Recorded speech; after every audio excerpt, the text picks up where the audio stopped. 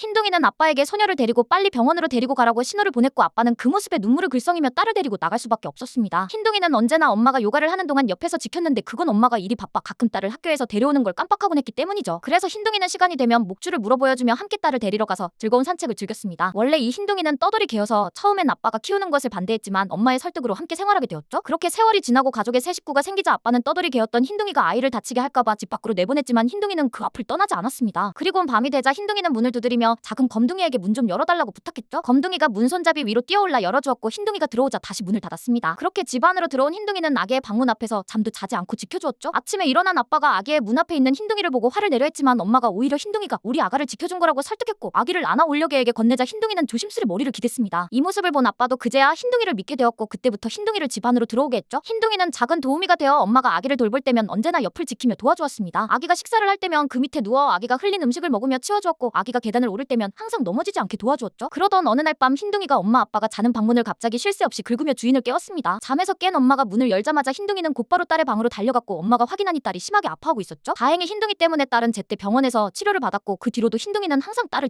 지켜주었습니다. 그러던 어느 날 가족이 휴가를 떠났고 흰둥이는 가정부가 우리에 가둬두었죠. 하지만 밤이 되자 검둥이가 문을 열어주었고 그렇게 흰둥이는 딸을 찾기 위한 모험을 떠났습니다. 흰둥이는 몰래 트럭을 얻어 타거나 열심히 걸어서 딸을 찾았고 마침내 숲속에서 다쳐서 움직이지 못하는 딸을 발견했죠. 흰둥이는 딸을 부축하며 길을 떠났지만 쓰러진 커다란 나무 때문에 더 이상 갈 수가 없었습니다. 영리한 흰둥이는 커다란 나무 밑에 부드러운 흙을 파내 구멍을 만들었고 딸이 따라오기를 기다렸지만 딸은 아무 반응이 없었죠. 불안한 마음이 생긴 흰둥이가 나무 위로 뛰어올랐을 때는 딸이 힘없이 바닥에 쓰러져 있는 상태였습니다. 바로 그때 아빠가 부르는 소리가 들렸고 흰둥이는 즉시 아빠에게 달려갔죠. 아빠는 흰둥이가 갑자기 나타나 당황했지만 바로 흰둥이를 따라 달렸고 쓰러져 있는 딸을 발견해 안아들고 바로 다시 달렸습니다. 하지만 아빠는 급한 마음에 앞에 설치된 사냥용 덫은 보지 못했고 흰둥이가 온 힘을 다해 아빠를 밀쳐내며 피하게 했죠. 하지만 흰둥이가 아빠 대신 그 덫에 큰 상처를 얻었습니다. 아빠가 어찌할 줄 몰라 하자 흰둥이는 아빠에게 딸을 데리고 빨리 가라고 신호를 보냈고 아빠는 망설이다 딸을 위해 자리를 떠날 수밖에 없었죠. 그렇게 딸은 아빠의 노력으로 치료를 받을 수 있게 되었습니다. 그리고 정신을 잃어가는 흰둥이의 눈에 반가운 검둥이와 아빠가 달려오는 모습이 보였습니다. 여러분 이런 게 키우고 싶지 않나요?